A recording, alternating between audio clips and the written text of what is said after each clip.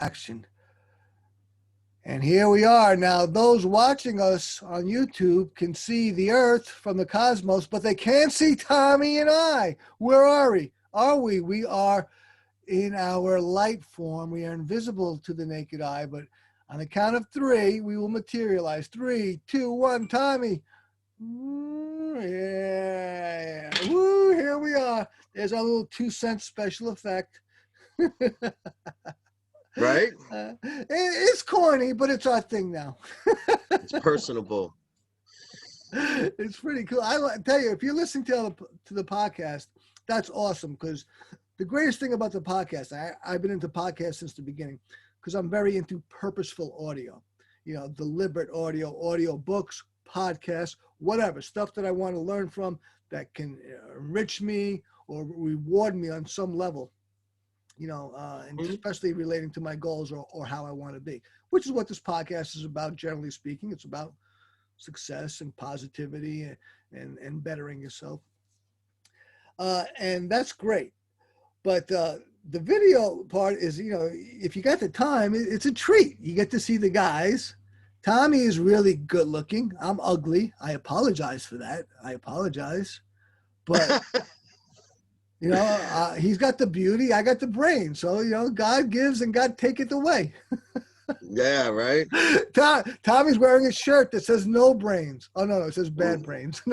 By the way, for those who don't know, that's one of the things that Tommy and I have in common. We're both punk rockers, and I think that was one of the things that attracted me to him, because I'm an old school punk rocker. I got it. Besides the looks.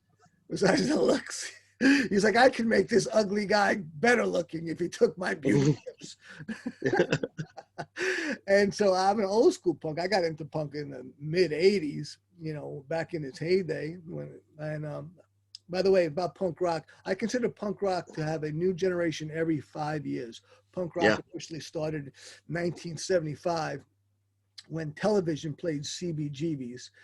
And I came along in 85. So I'm at the very beginning of the third generation of punk, which like I said, in my way is every 5 years, there's a new generation of punk. And now in 2020, there are many other generations that have come after me.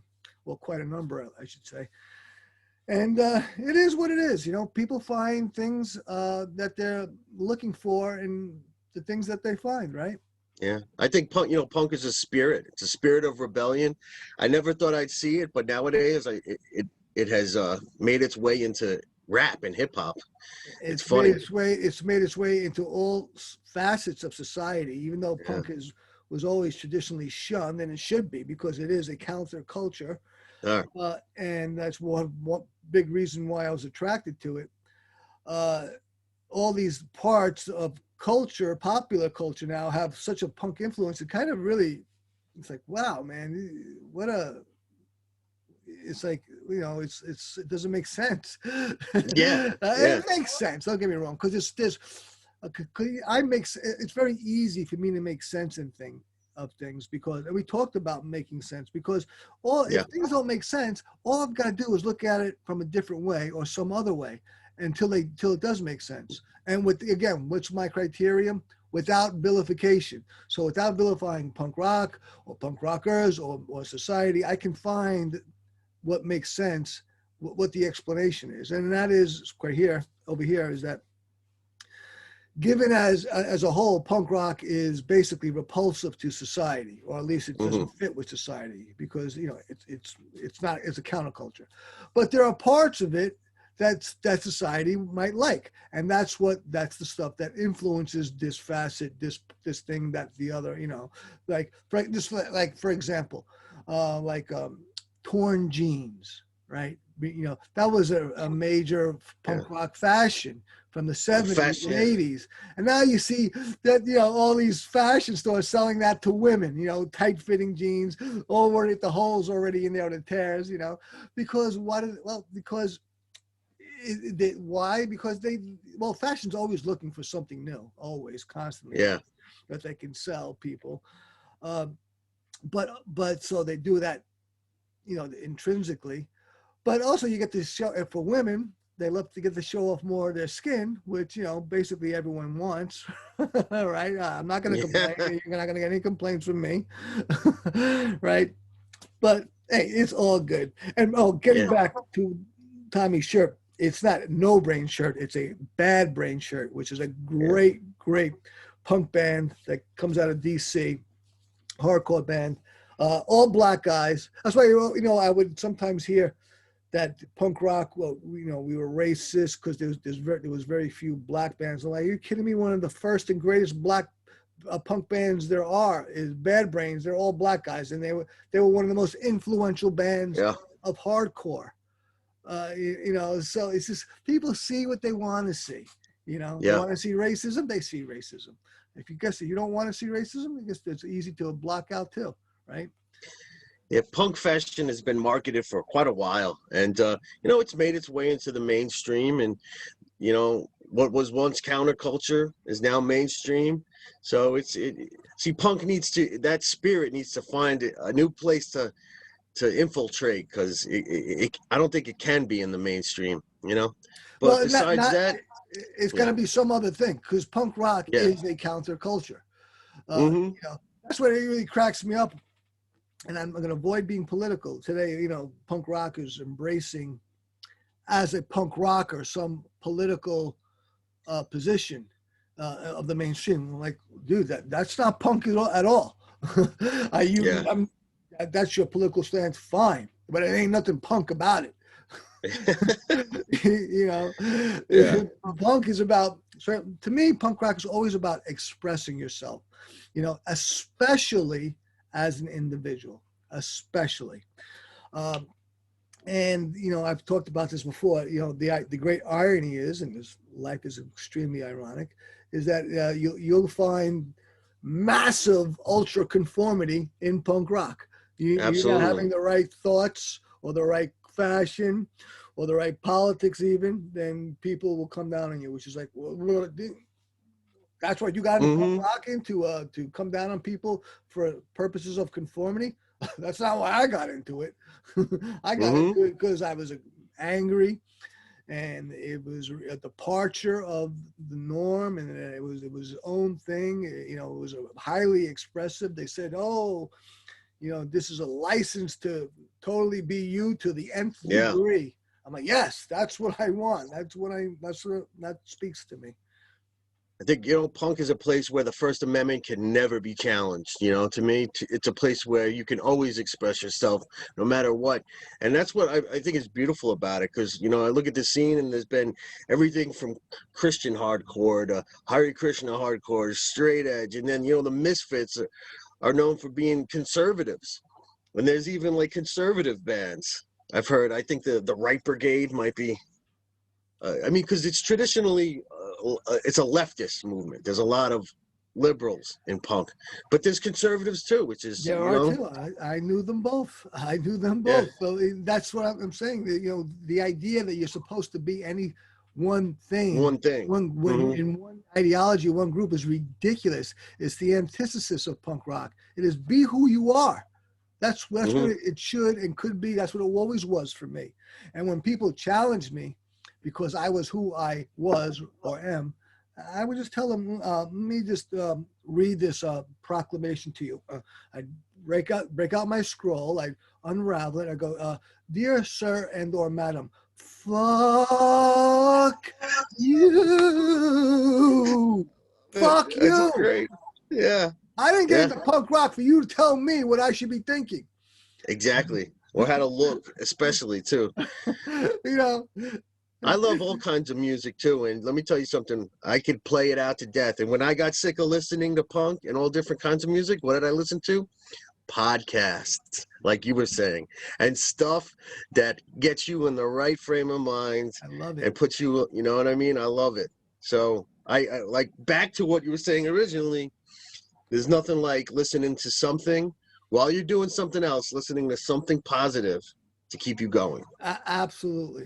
You only got 24 hours a day. If you can be efficient without being anal, if you get anal, then the efficiency becomes detrimental.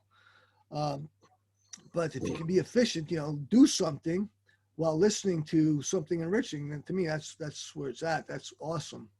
2 birds, 1 stone. Okay, so Ooh, we're at 10 right there at already. 10 minutes, and that was just Good a free stuff. flow. Okay, so let's get into my structure. I have a few points. The first Awesome. one is, there is a question, Tommy, and I'm Okay. going to read it, okay? Sure.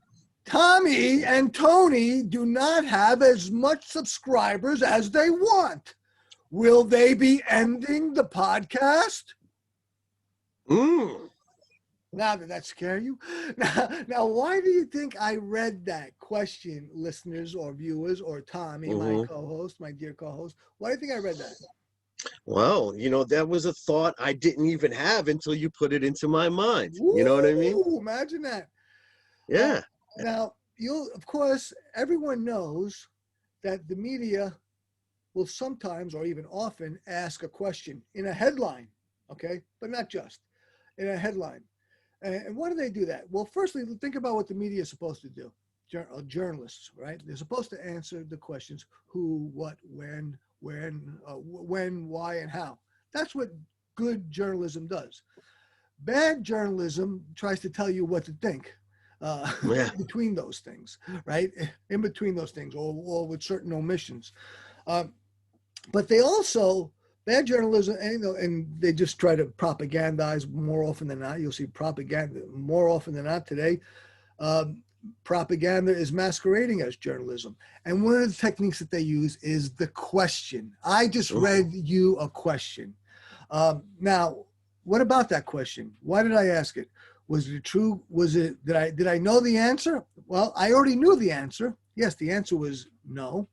But I got to put the idea in your head, even though I knew it was not a fact. It was non-news. It was a negative piece of information. Therefore, it was completely it was redundant to even bring it up because it wasn't even information, right? Why bring up a negative statement when there's no need for it, right? Right. So, but by doing that, by using a question that the answer is no of, the media can get you to think of anything, or more precisely, get you to feel something. So if I say to you, will the podcast be ending, and you have any feeling about the podcast previously, you're going to have a feeling about that. Okay, because you pictured the podcast ending, and you picture it, and that you have a feeling, and that's how media gets you on a hook. That's a fishing line of the media to get you on the end of their proverbial fish hook, and get you to watch, to get you to listen, because they provoke a feeling. The answer, when the media asks a question of you, 99% of the time, the answer is no. The answer is no. So they didn't even need to ask the question, because it was a non-negative statement. It was a non-piece of information. They're just trying to hook you. That's what so whenever the media asks a question, answer the question either before or after the news piece. If the answer is no, well, then that corroborates with my axiom, my declaration. If the answer is yes, write to me and say, Tony, you're wrong. The answer was yes. But I challenge you. Challenge you to do that. You'll find, I think, that the answer will be no most of the time. I'm saying 99%. Maybe it's a lesser number, but I'm very leery of the media. The media, more often than not, is not your friend. Let me know that publication when you find it, because that's some positive reading right there, and I'd like to subscribe. Yeah, right. When the answer is yes, I would love. Please let us know. But be aware of the feelings you have when dealing with the media. They're very telling, because if you're having these feelings, the media probably want you to have those feelings. They're probably telling you stuff just so you can have those feelings. Now, maybe they are, maybe they aren't. But, if they're not just answering the journalistic questions, which I already said what they are, and they're adding a bunch of other stuff, then they're specifically eliciting feelings from you, emotions to get you to go down a rabbit hole, to bring you somewhere. And be aware of that. If you can become aware of that, then you can observe that and detach from that, or at least manage it more in a way that where you call the shots, and you're not the fish at the end of a fish hook with the media holding the fish pole. You see why I bring that up? It's very important to take control of yourself and to not be controlled by the media. That's what they will do to you if you let them. The media is always attempting to control you. Maybe not all of it, maybe not some of it, but look for the things I just described. Look for these feelings, the feelings that you have subjectively. All right. Yeah. And ask yourself, why am I having these feelings? Control or distract. One of the two. Exactly. So that's my first point about the media asking questions, and then furthermore, the media's attempt to control you. But talking about goals, I'm not talking about goals, talking about that. Let's segue right into goals, because I said, I threatened. I said, well, Tommy and Tony be ending the podcast. No, we're not going to be ending it. But we are, we're just getting started. We've just begun. Congratulations to Tommy and I. Today's Monday. Friday, we got listed in Apple Podcast, which is iTunes. So we are officially a podcast now. Congratulations. Yay, Tommy! It's a huge milestone. That is our greatest milestone. We are now officially a podcast. We weren't before. And Buzzsprout, being the cool platform they are, they put us in, since we did that, they put us in 3 other directories. So we're in 4. All of a sudden, overnight, we're in 4. Yeah. It's awesome. This is great. And by the way, if you're listening to this podcast, please go to, if you're not listening it through Apple or any other way, please leave a review or of the podcast, whatever it is. That's your business, and give us a rating, whether it's great or whether it's shit, whatever. I don't tell you what to think, please. And I want all feedback. If you think we're crap, I would like to know why, so that maybe I'll decide to do something about that. Maybe I just decide you're an asshole, but maybe I decide that I'm the greater asshole. Constructive criticism is definitely welcome, especially I welcome it. Being a beginner with a homebrew podcast, I'd love to make it better for everyone. Absolutely. And by the way, Tommy, do you see who just come visit me? Yeah. We got Lucius. Who's that? Is that here. Lucius? This is Lucius. Lucius the cat. That's Prince Lucius. I have 3 sibling cats. That's the Lucius. What a handsome boy. He is a handsome boy. He's got like a horse face. It's very, I love it. He's got the long face. All the other cats have the flatter faces. So, so it's great that we're making strides. We're growing the podcast in various ways, like I just described, and learning about podcasting and how to market it. But now the time has come. Tommy and I have not made any goals. So now is the time. We've talked a little bit about it, but I think the time now is for us to make a definitive goal. So that we can start working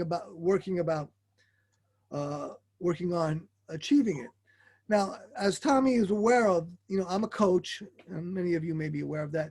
And so one of the primary things that us coaches do is we help people achieve goals. And there's 2 basic schools of thought. There is one being very specific about the goal, and the other one is in being very general about it, and then becoming specific as you make enough progress. And they're both useful, and typically you may, if you start off with the general one, you got to get specific at some point. But the specific one, there are various ways to go with a specific goal. You can use the SMART method, which is an acronym, or can use the NLP. I'm a practitioner of NLP, Neuro Linguistic Programming. Using NLP, we make goals called well-formed outcomes. That's the system we use, where we think about the goal, what it's going to look like when you achieve the goal, what it's going to feel like, what are you going to feel when you achieve the goal, what are you going to see, what are you going to hear, what's the ecology about the goal? How does it affect other people or the environment, and what are the other effects of it? But I'm ready to make a goal. I'm gonna make a proposal to my comrade, Heb Boston, right now.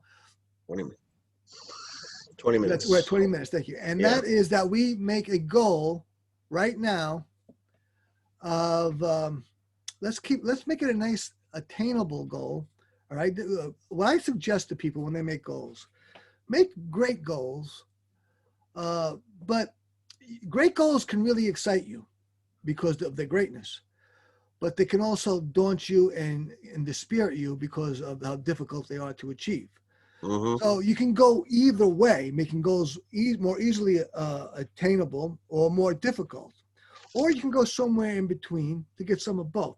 I suggested, Tommy, that we do that, and let's just make a goal for ourselves of 100 subscribers on Apple, right? On Apple, okay. And I was going to say let's make a YouTube subscription, but let's not. YouTube subscription goal, but let's not. Let's just make the one goal. We'll focus on that, and then we'll focus on YouTube. All right. Sounds great. All right. So this way we'll focus on that. Once we achieve success with that, then we'll focus on YouTube, and then we'll make other goals, maybe in the same direction or peripherally. All right. How's that sound to you, Tommy? I like that. Okay, that sounds great. So there you go, viewers and listeners. Tommy and I have just made our first goal for our endeavor of this podcast. I call it wonderful. You may say it's damned, but if you damn our podcast, you damn yourself. That's right. There you go. 100 subscribers on Apple Podcast, which is to say iTunes. That is our first goal. Yes. I love it. Very good. And now I'm gonna defer to my comrade Tommy.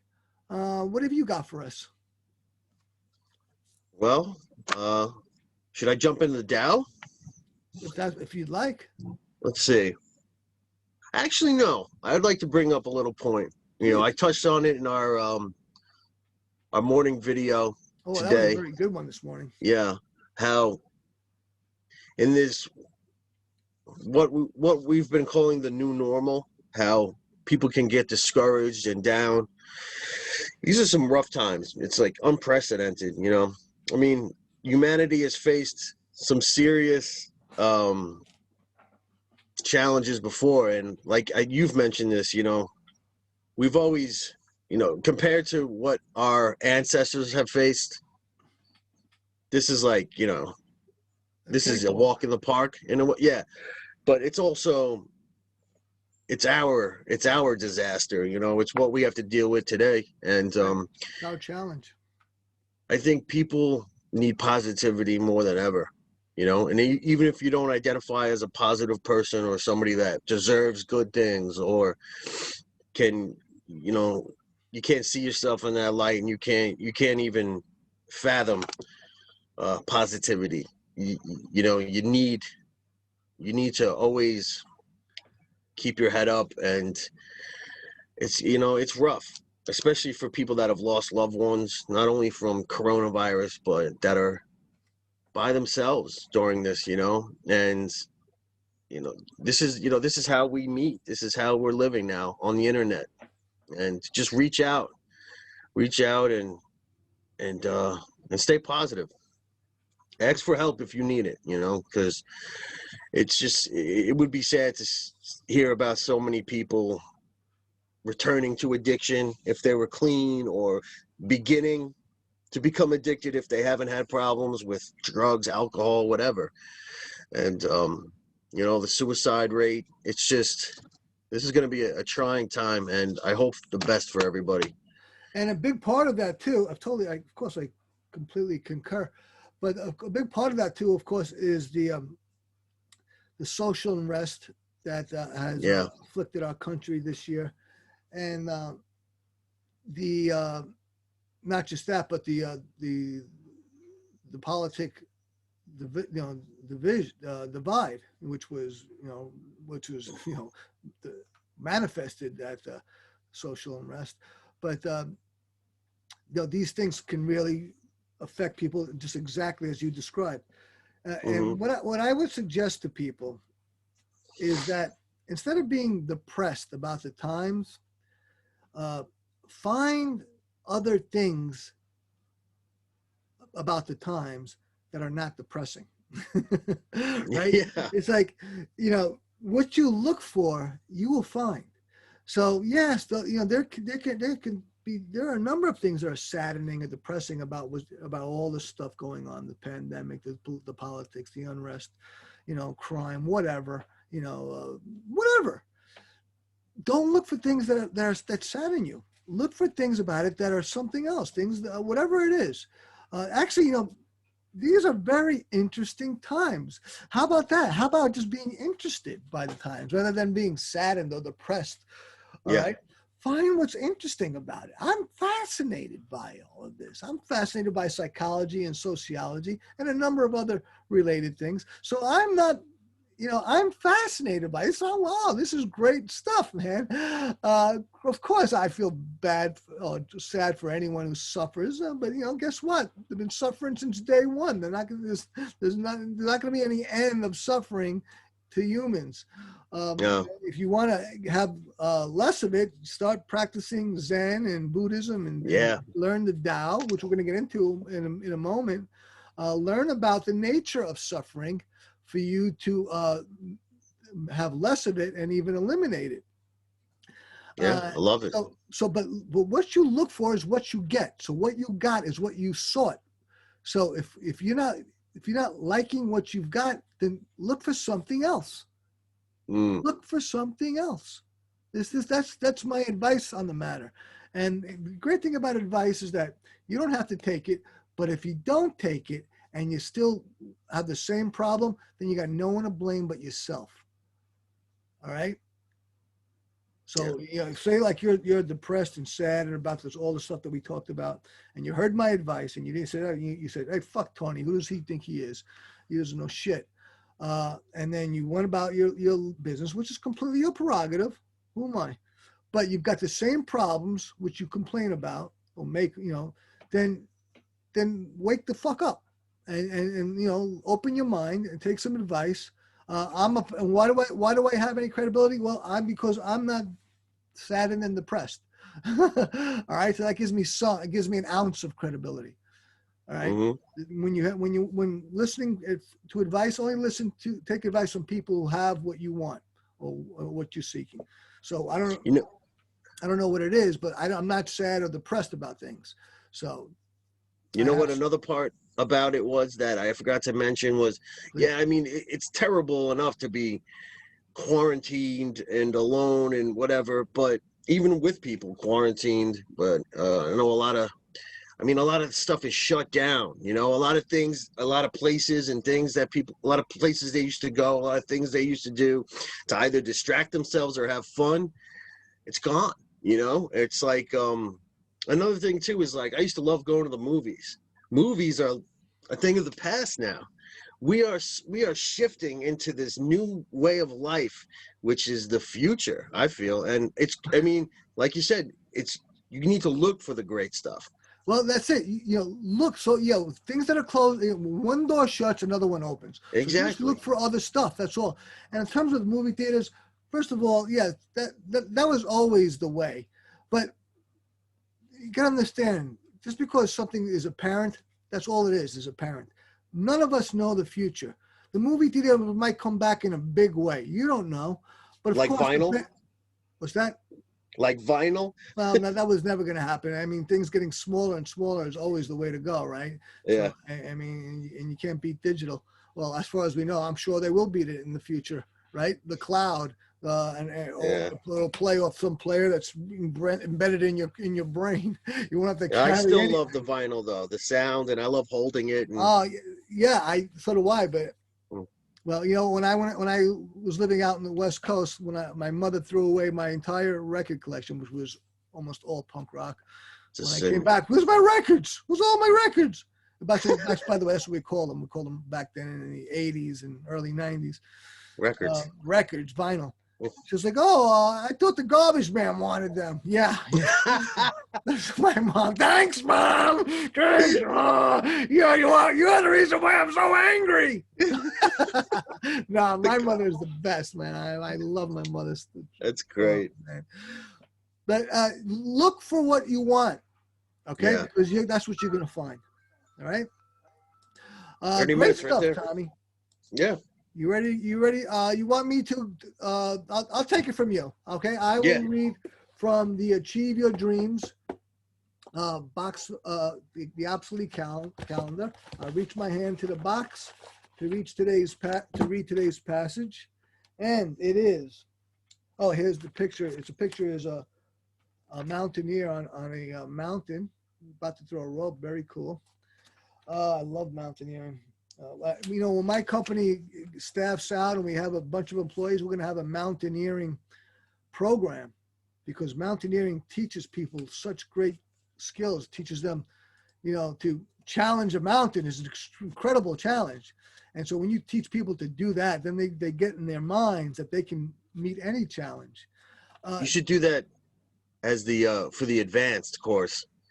You should do that for because you should do the skydiving first to see if they're really in for the long. Yeah, we're going to be doing both. We'll be doing both, and it's got it's a voluntary thing, but also, and so my company will promote skydiving and mountaineering, but mountaineering will be slightly more mandated because skydiving you can do that in a group certainly, but that's an individual thing. You jump out that aircraft, that's individual. You got to say yes or no to yourself for that. Mountaineering, while it's dangerous as well, that is much more of a group thing, which is exactly what I was about to get. And you learn how to work as a teammate and to learn how to trust others in that team, and that is essential for being great, because it's the teamwork that it accomplishes the greatest things. So that's why I'm going to be incorporating that into the structure of my company, Auxilium.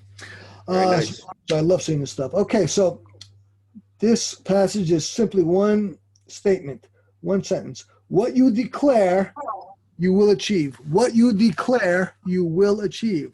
And that's perfect. So Tommy and I have just declared that we're going to have 100 subscribers. Well, we said we made that as a goal, so let me declare it. Tommy and I will have 100 subscribers to our podcast on Apple Podcasts, and that's only our first goal. So I declare it. So according to this passage, I will achieve it, and I don't doubt it one iota. I believe it. And that's what it takes. And one of the great things about making declarations, and don't get me wrong, there are lots of declarations I've made that I have not achieved, but nothing is guaranteed in life. So, throw that notion right out of your head. But a declaration, this is another piece to help you succeed, because it gives you some level of public pressure to succeed. Okay. Yeah. Because confidence. Not just confidence, is that if I make a public declaration, and that's made, everybody hears it. It's with the expectation that I'm going to pursue it and possibly achieve it. It's like another fire under your ass. Exactly. And if people see me not working on it, they're like, hey, or a year down the road, hey, Tony, what happened to those 100 subscribers? And I'm like, I'm into something else now, dude. Yeah. Okay, Tony. Right. What? Let me know what the next goal is going to be, because I'll be, So you're making yourself more accountable to the world when you make a public declaration, because it's much easier to dismiss stuff when it's just you, and there's no public, there's no accountability other than to yourself. But when there's a greater accountability, you'll tend to have a better performance because there's greater pressure. It's quite that simple. And the other side of that is there's a great quote. I can't remember who said it. They said that all public victories are preceded by private victories. Okay. So now I've got this goal of 100 subscribers. Of course, Tommy and I have a joint operation. We're a partnership. So I'll get 10 and he'll get the other 90. So we have this goal, which I've committed to. And Tommy, are you committed? I am committed to this goal. He's committed as well. 100 subscribers on Apple. Now we are going to strive. We're going to endeavor to achieve this goal. But the thing about it is that goal is not just going to happen. How do I achieve this goal? I'm going to do it by doing whatever it takes to achieve the goal. Okay, whatever it is, right? What it is not important in terms of this discussion. But what is important is who I need to be in order to do the things that need to be done to achieve this goal. Because if I'm not that person yet, I must become him now. That's the thing. Okay. And that is the private challenge I have. And if I meet the challenge and persevere and I'm triumphant, that is a private victory. Okay. And that private victory must precede the public victory of, okay, public, hello, world, Tommy and I have achieved the 100 subscribers. That's the way it works. I'm not going to get the 100 subscribers, then become the guy who does it. I got to become the guy who does it first. Yeah. You understand? Mm-hmm. That's the way it works. All right. So I declare now, in a kind of a, it's almost an oxymoron, a slightly ironic way. So I declare publicly that I will be victorious privately for my public victory. Because that's the nature of our podcast. We're about achievement. We're about success. We're about that mentality. That's great. Oh, awesome. Very great. So you got anything to say on that, Tommy? No, sir. Okay. Well, as is our custom, I'm going to burn the paper that's written on. By the way, it's written on the back. I wrote boundaries. I don't know what that means. Burn it into your psyche. What I just went out. What you've written on the back of those passages has become just a part of this podcast as the passage itself. Boundaries. What are the boundaries? That's a great topic for a future podcast. Boundaries are a great topic. Mm-hmm. So very good. Great stuff on that one. That was great. So now now we go to Tommy's corner. The Tao Te Ching. We're at passage number 8 today of the Tao Te Ching by Lao Tzu. Which we found out Friday was written 2,500 years ago. So it's been around. It's been around a while, this stuff. The highest form of goodness is like water. Water knows how to benefit all things without striving with them. It stays in places loathed by all men. Therefore, it comes near the Tao. In choosing your dwelling, know how to keep to the ground. In cultivating your mind, know how to dive in the hidden deeps. In dealing with others, know how to be gentle and kind.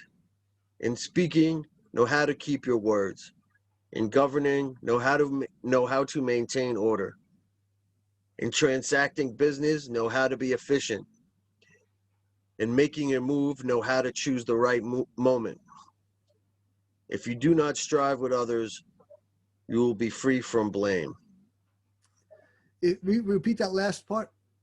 If you do not strive with others, you will be free from blame. Free from blame. Oh, very interesting. Some tough stuff to unpack, yeah. Yes, it's great. By the way, one of the things, if you guys haven't noticed yet, Tommy and I, at least I do this, we do this spontaneously. I like it read. Tommy doesn't tell me this stuff beforehand. I want it to be a fresh reaction for me and for you can witness it. And why do I do that? Well, because I want to show you, the viewer, the listener, that being an expert ain't all it's cracked up to be. Experts are nice, but they're frequently wrong. And it's not about being expert. It's about being a student. It's about being a seeker. And that's It's about what I am. learning. You know, Yeah. I'm not pretending to be some expert. And that takes a great pressure off me. All right. Yeah. I'm a student. So let me just learn this stuff along with you. I have an opinion like you have. All right. And we can, if we're in a similar direction, great. Then join the trek, companion. That's where it's at. You know, I'm who I am. I'm not an expert, and I don't want to be right now. I want to learn, absolutely. But I'm through humility, I can, profess to you that I'm a hungry soul that is perfectly okay where I am now, which is on a path of development. That's Just it. past 40, by the way. We're past 40. Okay, minutes. so you know what? We like to keep this, a little bit past 30 minutes. We're at 40, so we're gonna wind it up with here. Let's disassemble disassemble it quick. No, yeah. First of all, want to say yeah, please. I just want to say, that this is proving to be a little harder than I thought it would be to incorporate the Tao Te Ching, but I am up for the challenge, and We'll be rewarded for that. We'll be rewarded for that. So, I will want to say about water. Bruce Lee, and I'm a practitioner of Jeet Kune Do, which is the school of thought that Bruce Lee started about martial arts. It's a Tao. It's a Tao. It's a form of Tao, and it's based on Buddhism, Taoism, Zen, and Kung Fu, and a lot of other martial arts. Bruce Lee always would suggest to be like water. Be like water, shapeless, and be the shape of whatever you're in.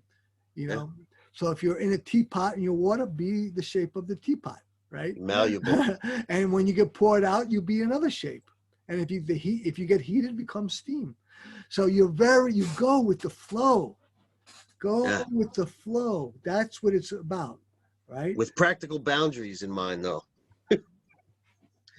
Don't be swayed by the negativity. You're right. Definitely. You want to have a mind of your own. Oh, exactly. You want to have a mind of your own, but go with the flow in terms of being in the world. Okay. Yeah, exactly. Yeah. Now, let's reiterate, and we'll disassemble it quickly. We're not going to be late. Okay. The highest form of goodness is like water. So things aren't oppressive, right? The water is here, and so they're not oppressive. You can drown, and water can certainly will shape things. Certainly organisms, if they're land animals, will drown once water fills their lungs. Well, so well if you're a land animal, all right. But water also shapes the land, and even the land, because of the power of water. But that takes a long time, thousands, millions of years. Water's no rush. Don't be in a rush. Let's continue. Water knows how to benefit all things without striving with them. Being in harmony, to be in harmony. It stays in places loathed by all men. Therefore, it comes near the Tao. Okay, I don't know. That's it. Okay, so the way is not. It's not for the masses. It's not for the great unwashed, if you will. It takes a declaration of development where most people don't want to go. Most people want to have great stuff, but they don't want to change themselves. Tao is changing yourself. The path is changing yourself. Becoming humble, changing your ways, the base self, to becoming a person that's less self-gratifying and more, not altruistic necessarily, but a greater consideration, right? That's people make consideration, but to have greater consideration, are they willing to go there? Most are not. Nice. In choosing your dwelling, know how to keep to the ground. In cultivating your mind, know how to dive in the hidden deeps. Well, to me, that's about learning about how to be in the world, really. Right, and to get greater knowledge, right? Mm-hmm. Have greater knowledge. You got to be willing to go there, to go to these places, right? It's not easily got, easily had. You have to be willing to go there. Yeah. Know how to dive. Yep. In dealing with others, know how to be gentle and kind. Self-explanatory gold right there.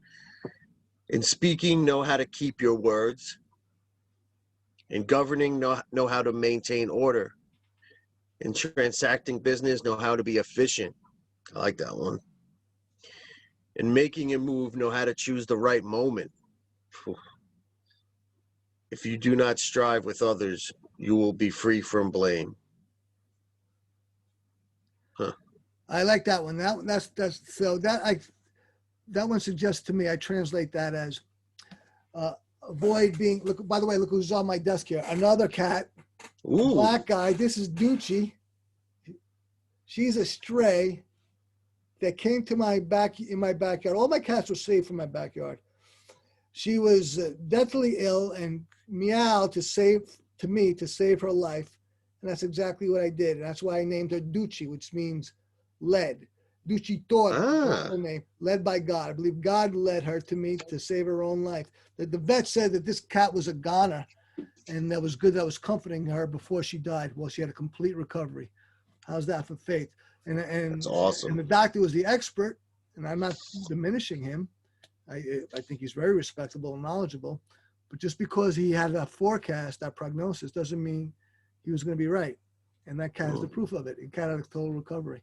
So having faith about things working out, and they may not, they may not work out, but life is good. And so the last part is, is avoid competition.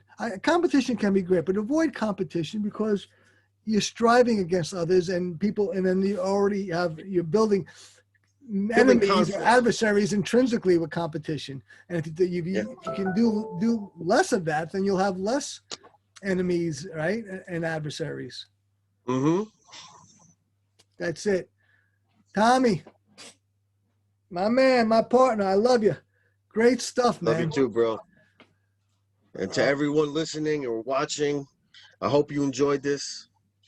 Remember to subscribe, like our videos, visit Buzzsprout. Share it. Please share it with others. Anyone that you think that might be interested in this kind of stuff, please share it with them, either on a public level or a private level. Please get the word out, and you'll only be helping them out if they like it. They'll let you know. So thanks for joining us. We appreciate it. Much love to you. Much love to my partner, Tommy. We'll see you guys next time. See you next time.